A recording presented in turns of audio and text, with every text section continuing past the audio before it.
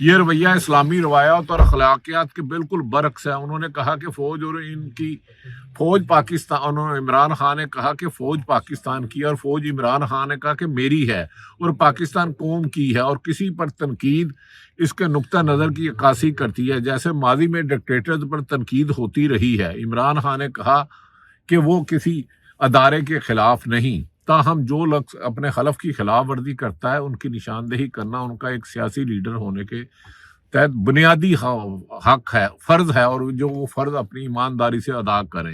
عمران خان نے کہا کہ وکلاء اور انصاف لائٹس فورم سے اپیل کی ہے کہ وہ آئین کی بالادستی اور قانون کی بحالی کے لیے فرنٹ لائن پر آئے۔ انہوں نے کہا کہ انہیں سلمان صفدر ایڈوکیٹ جو ان کے وکیل ہیں اور ان کی ٹیم پر مکمل اعتماد ہے، اور وہ بوگس فیصلوں کے خلاف اسلام آباد ہائی کورٹ میں اپیل کریں گے۔ گو کہ اسلام آباد ہائی کورٹ کسی گلے سرے پینٹ کوٹ سے بھی بدبودار بن چکی ہے۔ چند فیصلوں کی بات کروں، ادھر لوگ اچھے بھی ہوں گے یقیناً۔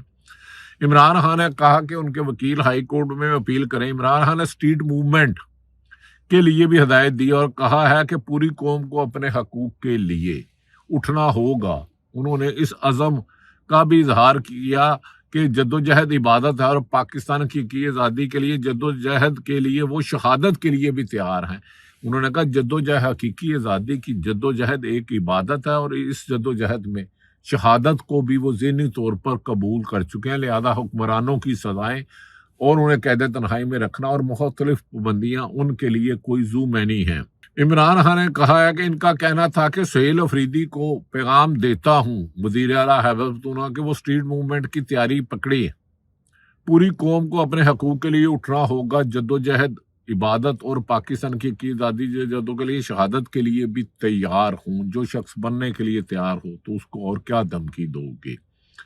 عمران خان کا حکم ملتے ہی گزشتہ روز سہیل افریدی پہلے اچانک اسلام آباد کے پی کے ہاؤس پہنچے اور قومی کانفرنس میں شرکت کے بعد رات کو دوبارہ اسلام آباد کی مختلف سڑکوں پر نکل آئے اور عوام میں گھل مل گئے۔ ایسے میں لوگوں نے کہا ادھر تو انسانوں کو مار دینا آسان ہے، تو آپ مہربانی کر کے نہ نکلیں، آپ کی جان عزیز ہے، آپ کپتان بانی پی ٹی عمران خان کے کھلاڑی ہیں۔ مگر سہیل افریدی نے اعلان کیا کہ آج وہ اسٹریٹ موومنٹ شروع کر رہے ہیں۔ پھر آج قومی کانفرنس کا دوسرا اور آخری دن ہے۔ سہیل افریدی نے قومی کانفرنس میں ایسے خطاب کیا کہ سننے والوں کے رونگٹے کھڑے ہو گئے۔ انہوں نے عمران خان اور پاکستانی قوم کے پیغام کی عکاسی کی۔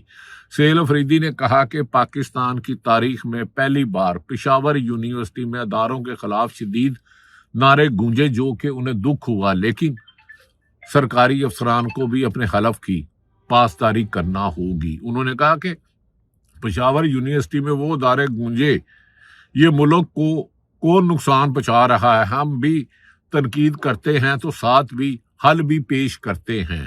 ہمارے قبائلی علاقوں کے 2 جرگے اراکین کو خیبر پختونخوا اسمبلی کے باہر جرگے کے بعد اداروں نے اغوا کر لیا اور یہ ریاست کو کھلا چیلنج دے رہے ہیں۔ میں نے بہت کوشش کی کہ ہم اپنا احتجاج آئین اور قانون کے دائرے میں رکھیں، لیکن اب وقت آ رہا ہے جب عوام سڑکوں پر نکلے آئین کی پاسداری کے لیے اور ان کو صفحہ ہستی سے مٹا دیں گے۔ جو ظلم کرے گا، جو ظالم کے لیے قرآن پاک میں بھی عبرتناک انجام ہے۔ سہیل افریدی نے کہا ایک صوبے کے تمام وسائل فراہم کیے جا رہے ہیں جبکہ دوسرے صوبے کے ساتھ برابر کا سلوک نہیں کیا جا رہا ہے۔ ایک صوبے کے وزیر اعلیٰ کو ایئر فورس کا ہیلی کاپٹر دستیاب ہے جبکہ دوسرے صوبے کے وزیر اعلیٰ کا پاسپورٹ بلاک کر دیا گیا ہے، تو پھر عام شہری کے ساتھ کیا کرتے ہوں گے۔ انہوں نے کہا ہمیں سیاست تک محدود رکھیں اور خود بھی اپنے آئینی اور قانونی دائرے میں رہیں۔ آپ کو کیوں نہیں سمجھتے کہ اگر پاکستانی قوم نے آپ سے نفرت کر رہی ہے تو یہ سمجھنا چاہیے کہ ایک رجیم چینج آپ کی مقبولیت کو کتنا نیچے گرا چکا ہے۔ آپ سیاست میں مداخلت کریں، نہ ہی اجازت دیتا ہے کہ آپ انتخابات میں دھاندلی کریں۔ کسی بھی سرکاری محکمے کو یہ اجازت نہیں کہ وہ عوام کے مینڈیٹ پر چوری مارے، الیکشن چوری کرے اور اپنی من پسند نتائج نکالے۔ سہیل افریدی نے کہا اپنی حدود کو جانیں اور انہی میں رہیں۔ ناظرین، سہیل افریدی نے عمران خان کا پیغام ملنے کے بعد کھل کر میدان میں آ رہے ہیں، لیکن اس وقت سب کی نظریں قومی کانفرنس میں اگر یہ اعلان نہیں کرتے تو پھر خالی گلاس توڑا 12 نہیں ہوگا۔ آج کا کیا فیصلہ ہوتا ہے، احتجاج کی کال جاتی ہے یا سارے ٹائم پاس کر کے گھروں کو لوٹ جاتے ہیں، یہ تو وقت ہی بتائے گا۔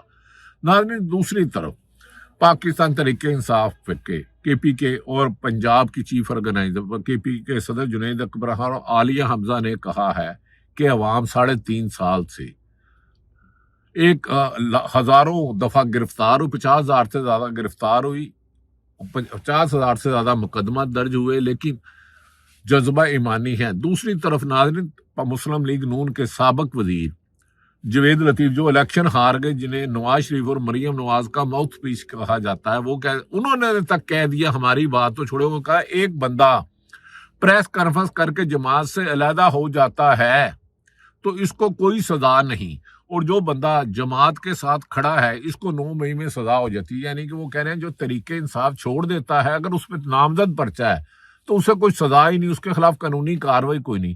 جو عمران خان کا یا پی ٹی آئی کا ساتھ دیتا ہے تو سزا جماعت سے وابستگی کی وجہ سے سزا خود ایک ناانصافی ہے۔ سزا تو جرم کی ہوتی ہے۔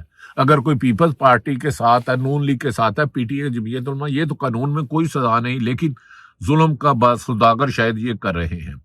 دوسری طرف ناظرین، 2 روزہ کانفرنس جو ہے، میرا خیال ہے وہ اس کا تو کوئی رزلٹ نہیں آنا، لیکن اس میں محمود اچکری، ناصر عباس، محمد زبیر اور دیگر قائدین ہیں، دیکھتے ہیں وہ کیا کرتے ہیں۔ ایسے میں اس کانفرنس میں حبیب اکرم جنہیں جبری معاشی قتل کیا گیا، ٹی وی سے نکالا گیا، انہوں نے کہا میں نے 8 فروری کو الیکشن سے پہلے پاکستان کی تاریخ کا سب سے بڑا سروے کیا، اور جب الیکشن ہو گئے اور 10 فروری کو میں نے دیکھا تو نتائج کے مطابق میرا سروے 59% غلط تھا، جبکہ میں نے فارم 45 کو دیکھتا تھا تو میرا سروے بالکل ٹھیک تھا۔ میں نے نواز شریف اور ڈاکٹر یاسمین راشد کے فارم 45 دیکھے اور ایک پولنگ اسٹیشن کے 2200 ووٹ تھے اور 2164 ووٹ لوگوں نے ووٹ ڈالے۔ میں نے باقی 36 لوگوں کو ڈھونڈ رہا ہوں کہ وہ کون لوگ تھے جنہوں نے ووٹ نہیں ڈالے، کہ یعنی کہ 95 نہیں 98% ریٹ۔ ناظرین، ہم نے بھی 10 بجے 8 فروری کی رات کو حکم آیا سرکاروں کا کہ رزلٹ نہ دو، جو آپ کے پاس حقیقی آتے ہیں ہمارے جعلی رزلٹ تیار کرنے دو۔ انکار کیا گیا تو اس کی پاداش میں صحافیوں کو نوکری سے نکالا گیا۔ اب طریقے تو عدالتوں سے انصاف کی کوئی امید نہیں، محکمے ربڑ سٹیمپ بن چکے ہیں اور جمہوریت کٹ پتلی بن چکی ہے۔ اگر آپ نے نئی جنریشن کا بہتر مستقبل چاہتے ہو تو باہر نکلو، آئین، قانون اور انسانی حقوق کی پاسداری کے لیے، ورنہ چند گیدڑ اس ملک کا امن نوچ رہے ہیں۔ اللہ تعالیٰ پاکستان کا حامی و ناصر ہو۔ پاکستان زندہ باد۔